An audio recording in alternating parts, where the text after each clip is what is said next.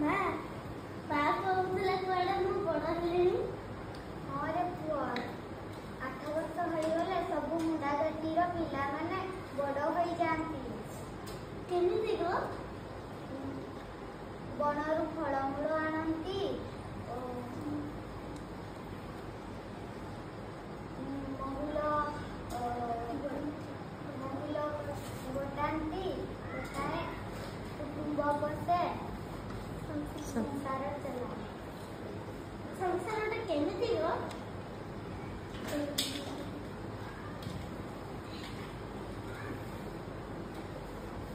ଦଦରା ପଣତ କରିରେ ପୁଅ ପାଖେ ସିଇଲା ଆଉ ପାଖେ ସିଇଲା ଆଉ ପାଖେ ସିଇଲା। ମା ସବୁଦିନ ଏମିତି ଘଟେ ଯାଉ ଦଉଛୁ, ଭଲ କରି ଟିକେ ଲୁଣ ବି ଯାଉନି।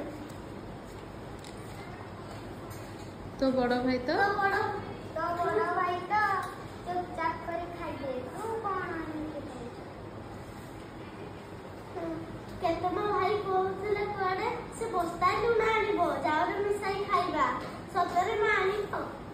से आनु कि न आनु, तू तो आनिबु ना।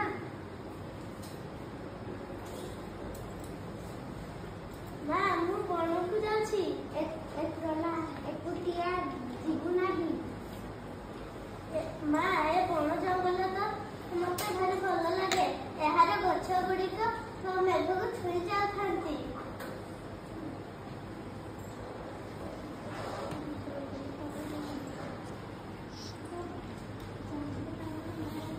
ଜଙ୍ଗଲ ତ ଆମର ମାରେ। मुंडा जातिर माँ हेले दिकु माने एहाको उजाड़ी करलेनी। दिकु किए गो?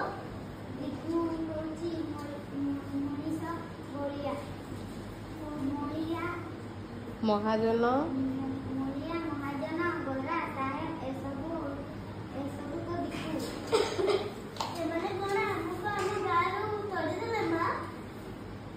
अरे हाँ, तू जन्म होइनथिलु तो बड़ भाई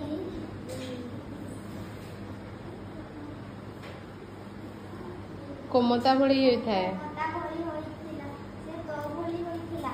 रासिनी और चंपा बुटु बुटु चालू थांती। तू आमे बांबा पळे आसिलु। बांबा पळे आसिलु। तू एइथि जन्म हेलु, तू गुरुवार जन्म हेलु बोली तो ना बिरसा दिया गेला। ମୁଁ ଆମ ଜନ୍ମ ମାଟିକୁ ମୁକୁଳେଇ ଆଣିବି ମା। हाँ, तू सତରେ मुकुलेई आनिबु। आंटी सुना ठुबी आंटी हमर माटी रे